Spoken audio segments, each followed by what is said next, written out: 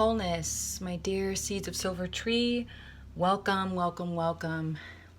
This is Naja Rashida Silvertree here. I feel so happy and grateful to be able to share rune readings. I must apologize. I've had some unforeseen events take place in the past couple of weeks, so I'm a little behind on my readings, but I will get all that is due for this month out to you for sure, for the month of August and the season of the wild deer. I hope everyone's season is doing well. The deer medicine is very strong right now. We have completed the first third of the season in the month of July, and now we are in the middle to late part of August. August is the highlight. Thus, I was away. I've had a lot going on personally in my personal life, and so no regrets here at all. It's just a lot of energy. So, but I want to wrap up the month of August with as much wisdom that I can, that Source is willing to show me, or that I am willing to receive from Source, rather. And may this lead very nicely, and may it connect with the third month of the wild deer season. So here we go. So the title of this video is called Building Your Dam: Boundaries versus Blockages. And we're going to tap into the medicine of the beaver. Now, my grandmother comes to mind. Her first name is Beverly, meaning the beaver. And the beaver is a very feminine and very, I would have to say, the mother or the barrier for Mother Nature, for the Great Mother, right? She is the water barrier, or the water carrier, if you will. She's the one that can redirect a whole river, a whole body of water into a new direction.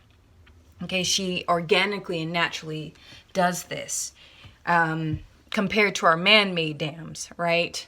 But she is a great teacher on the differences between boundaries and blockages and boundaries. And so what calls me to connect this to the water, and what's the connection with the deer medicine? Well, with deer medicine, it deals with the flow of your intuition, when to make moves, when to stand still, because the deer makes a life or death decision. Its life and death is deeply connected to the choices that it makes. Okay. And so, and it's based on its intuition. So I thought of my grandmother, a very powerful, strong elder, who's had multiple children, who is, I would say, a matriarch, right? The beaver is a very matriarchal medicine. And given that the wild deer, to me, is very feminine, water is very feminine, I want to take a little journey into this space with you. So, as you can see here, we have 1, 2, 3, 4, 5, 6. Now, also the beaver is connected to the tree, the energy of the tree, right? It takes the little branches and twigs and makes something great. It makes something into a home, into something that is secure, something that is nurturing for her offspring. We usually, when we see twigs in our yard, and when we see twigs gathering around our gardens, or, we're going to walk and we step on a twig, right? And sometimes we just kind of knock it out of the way because, we tend to trip over them usually. But we underestimate the power of the groups of, for example, you can have one stick. I'll use my antler. You can have one stick. Imagine that this is a stick, right? and you take that stick and you break it in half, right? With one stick, it's weak. It's weak. But when you gather a bundle of sticks, try to break it. Try to bend it in half and see how much effort it takes, right? So one must stand together, okay?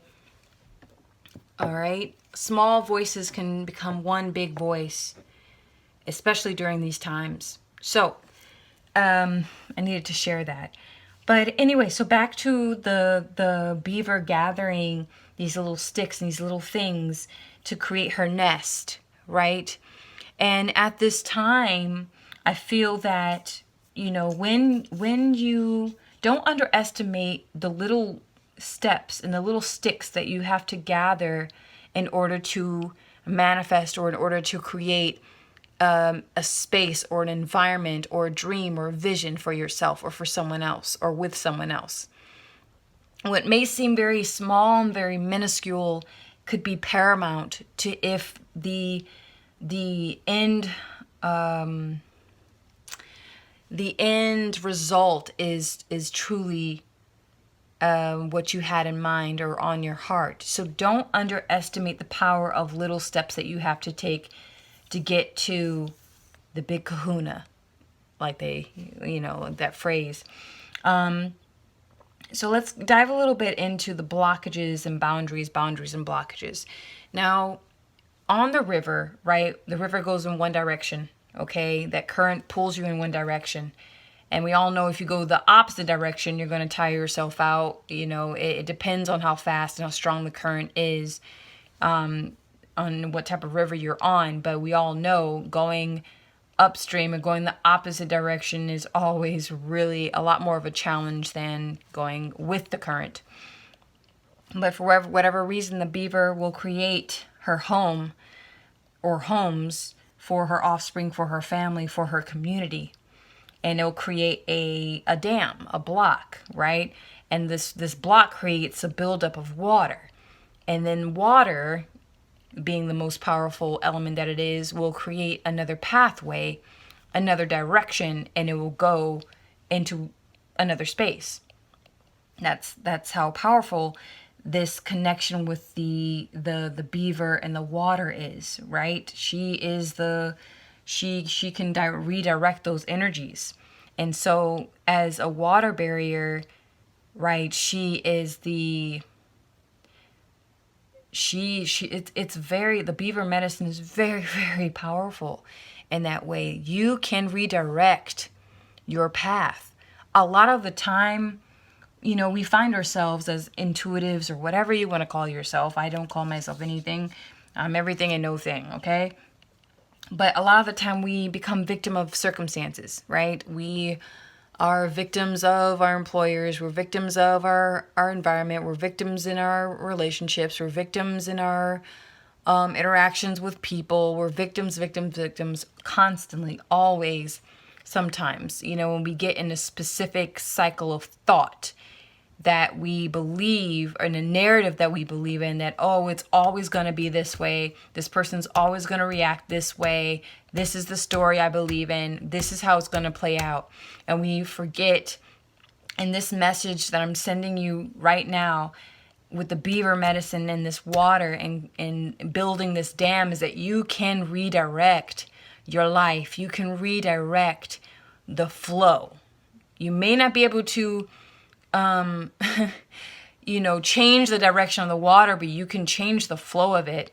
I don't know. Well, you can. I mean, that's what happens. You can redirect the waters, but it's more about building a relationship with your circumstance rather than being a victim of it. And so with these sticks that you see here, all of them are different sizes. Some are heavier than others. Some are lighter than others. Right? And then you see even in between the lines. I guess you didn't notice that either, right? The sticks in between the lines, the things that you don't see that come up, right? That can be useful for you.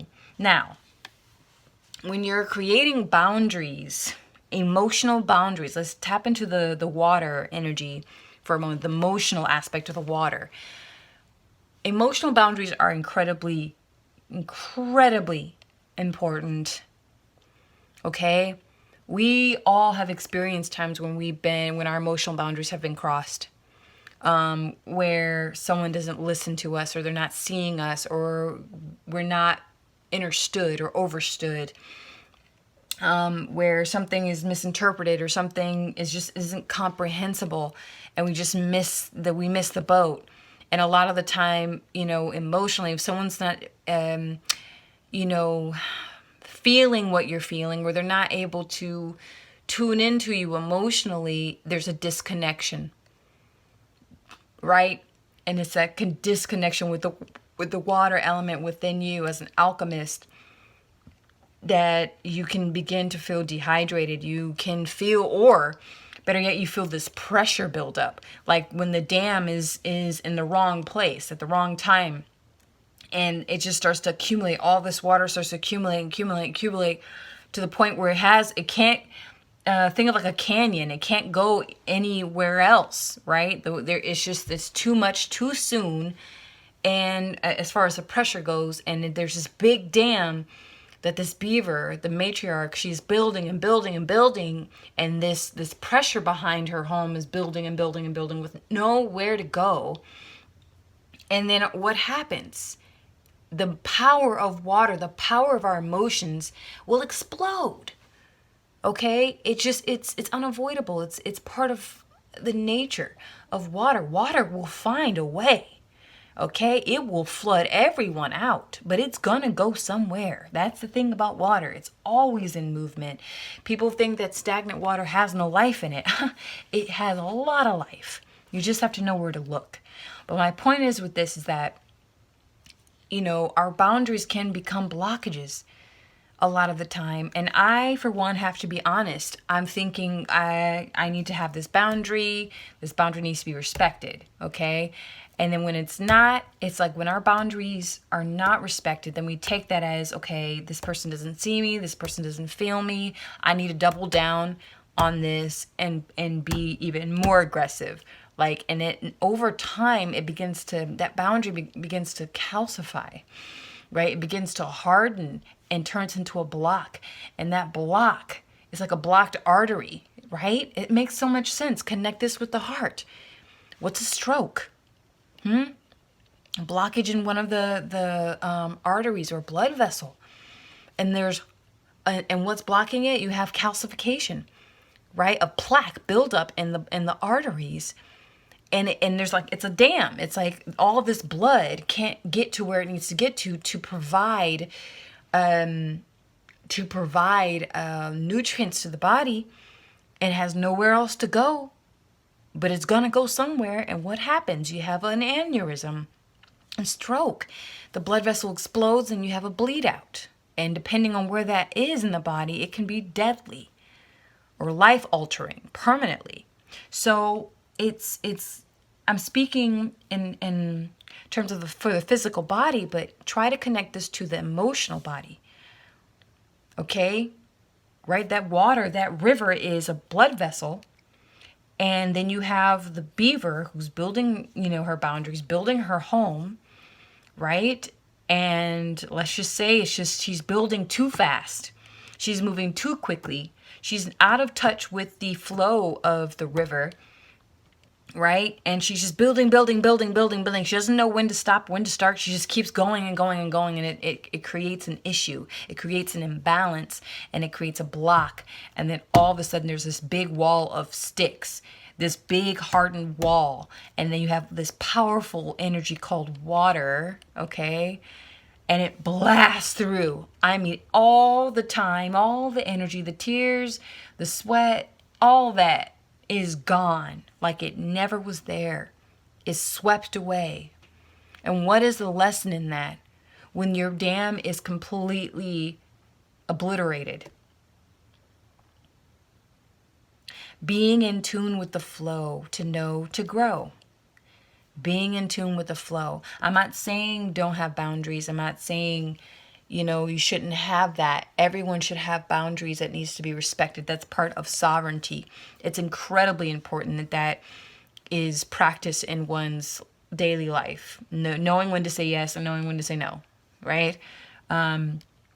You know, most of the time people think spiritual practice is like, love everything, everything is love, love and light, and it's like, yes, but you also are, you have your own independent, sovereign, like autonomy thing going on where you have to, in order to take care of others, you have to take care of you. And that means your emotional health, your emotional stance. Where do you stand in your river? Are you up to your neck? Can you feel the current pulling you? Are you going against the current?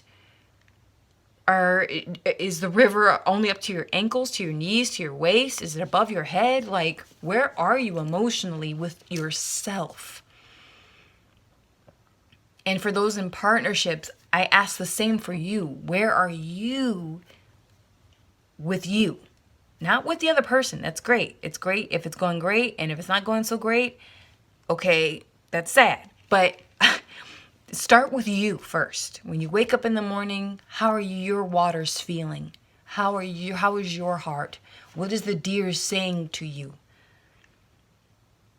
Right? What is the wild deer saying to you? What are the waters saying? When we cry, right? We are crying for many different reasons. We can cry for joy. We're releasing water for because of pain, physical pain. We are releasing water for sadness. We're releasing out of anger. We're releasing out of surprise. There's so many reasons why we release water. When we're releasing water from their bodies, it's maybe that time of the month. For wombs out there, maybe it's because we're nervous, right? That sweat. We're always releasing water all the time. So check and tune into that, into your body in that way. Some people are like, oh, I haven't cried in like 6 months. And I think that that's always something a little weird. We always kind of, you know, people who cry very easily, I find they always apologize. I'm so sorry, I'm just, I'm so sorry. There's nothing to be sorry about. I find those type of people to be incredibly in tune with themselves emotionally, more so than other people. And people who have a harder time crying, there's some blockages in your river that you got to tune into. You know, there's some people that don't cry hardly at all, maybe once or twice a year, maybe every 5 years, but they have this tremendous block in their heart chakra, block in their river, right? And something so tremendous in life manifests to where it pops that block right open, right? And they have no choice but to let all those tears that they should have cried out. Okay, so I'm going to end this message with asking you this question: what are your waters saying to you? Whether you're crying, you're sweating, it's your moon time for the wombs out there. What is it saying to you? All right. May this message find you well and whole as always. Remember to expand your consciousness, evolve your human being, and embrace supreme love and guidance. We all need that right now.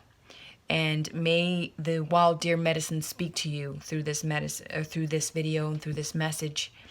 I thank you so much for listening. Thank you.